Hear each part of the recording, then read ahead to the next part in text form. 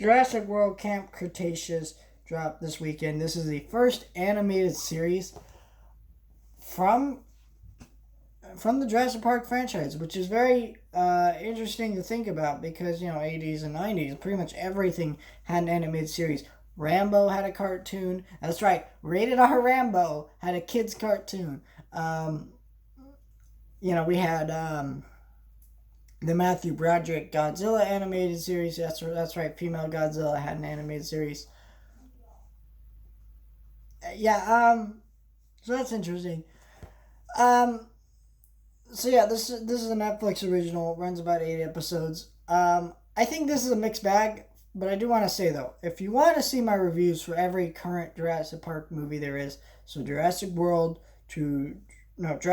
to Fallen Kingdom, all those reviews are on this channel. You can check those out. I actually just finished reviewing them this week, and yeah, I enjoyed reviewing them and seeing them again. But here's my thing: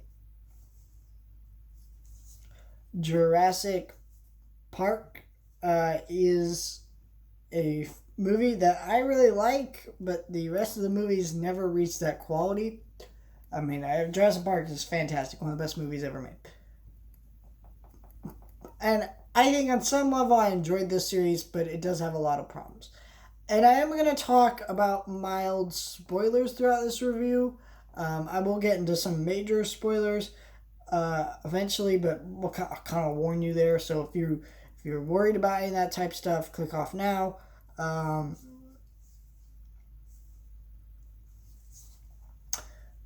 So the kind of idea of this show is that during the events of Jurassic World, these kids are at camp, and they're on camp on the other side of the island, right? I like that kind of idea. I thought it would tie in to the film more. I mean, I'm not sure in what way. I mean, we do see of course, the Indominus Rex throughout the movie because that's the dinosaur, but that was in the trailer.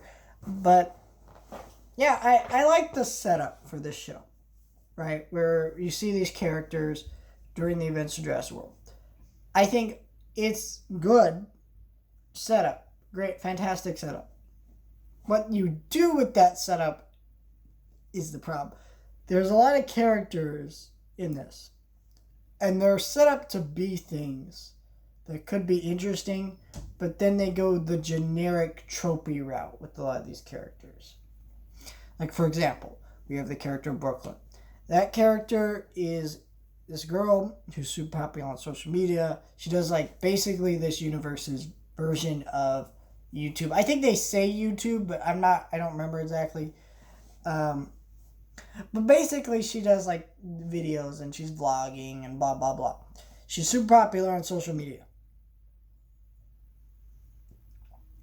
And I like that idea because it felt like they were setting things up to go, okay, maybe there's a reason why she's so into social media.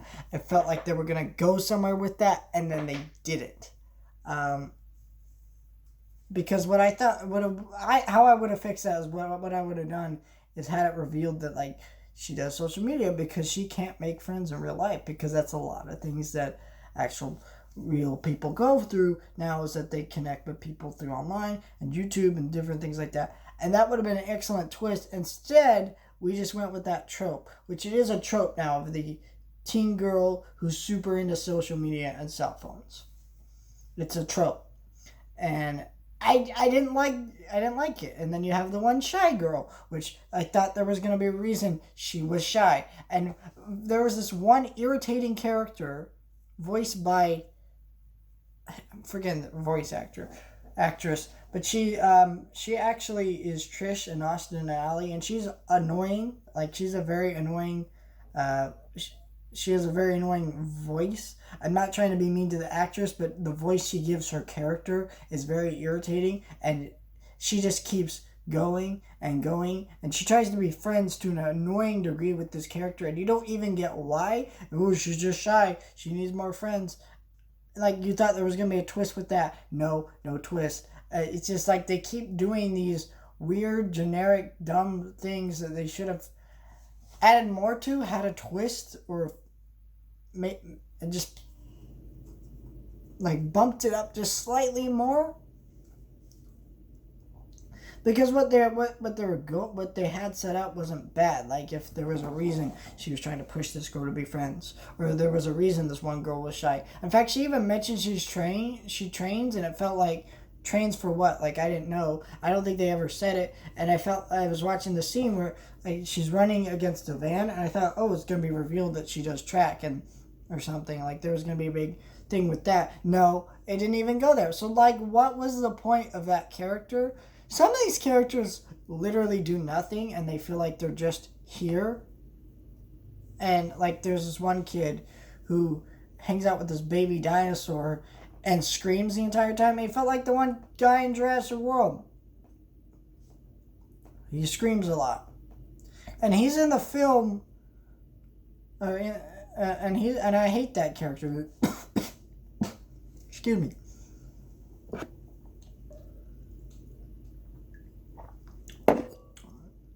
I hate that character in the movie, right? But then when you see this character in the show, yeah, and he's voiced by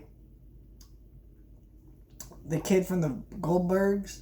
I'm forgetting his name, but you know, he is that type of character where he just yells and screams a lot. And so he's in this a lot.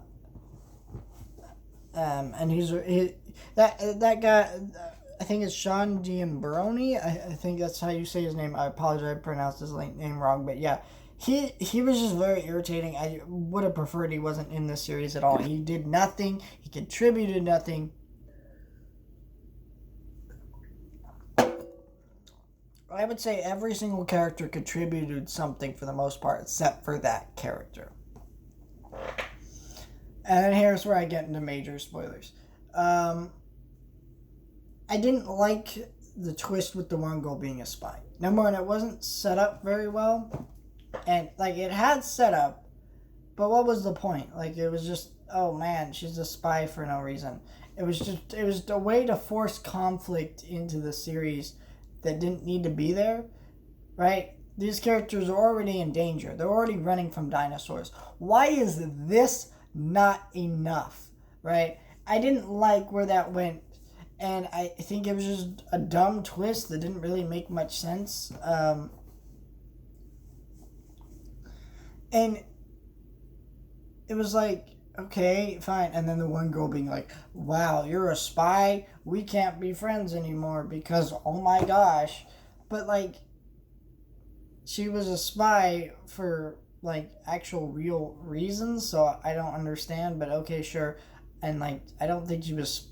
And she was here to spy on about dinosaurs, not people, so that's... What? It was a very, like, strange... Like, let's force conflict into this that doesn't need to be here. I mean, it was set up, but it wasn't set up well, I guess. So I don't know. It was just it was very strange. I don't know why they went that direction. And then you had then you have this like weird part of the season. Well, it's not weird, but you have the one kid who constantly is trying to move on from his dad, and they were obsessed with Jurassic World. I don't understand what the point was, like that they were gonna go, or but they never got to go. He died, right? But like, why were they so into going? Besides, I guess dinosaurs are cool, and like he has a brother in this, like you see in the first episode, and he doesn't seem to react to missing his dad. Of course, you don't even see him throughout the rest of the series. It was like, why is that character there? What are we doing here? It was like setting up something for this character to go through, and it felt like they were going to add up to more with his dad being dead, but they didn't. And again, it's just a lot of setups and not well done payoffs, or payoffs that are just, well, we just did the generic thing. And it's like, you could have done more here, because this wasn't a bad series. The animation was good. A lot of the voice acting was fine. But, a series set during the events of Jurassic World with a group of characters that are very, that could have been really likable, interesting characters, but they just didn't go there. And yeah, I can't say it was horrible or anything though. If you really love the Jurassic Park series and you want to see the show, go ahead. If you have like if you're a parent and your kids love dinosaurs or Jurassic World, show them this. They will love this. But my problem isn't that it was horrible or anything. So I just think I'm just saying like this is it could have been better. That's all I really have to say about it. I will say though, it did really annoy me how the adults were in the show were generic idiots and they didn't make enough humor about it. Like the characters were like the adults leave throughout the show and like they could have been better characters within the series that could have helped out more through the series instead of just being the adults that leave and aren't very responsible, and they're irresponsible to a ridiculous degree. Like there's a part, oh, there's a storm, we need to get back, and then they just drive off in their truck because they need to get more help, but they leave the kids there. Say stay put. Like yeah, like teenagers are gonna do that. Yeah, it was very very bland and bad. I just did not get into the show. And I'm also confused about what the ages the characters are supposed to be, because obviously they're teenagers, but some of them look like they're freaking 12. I don't know. But, I mean, that's more of a nitpick thing. But, yeah, I just didn't care for this series.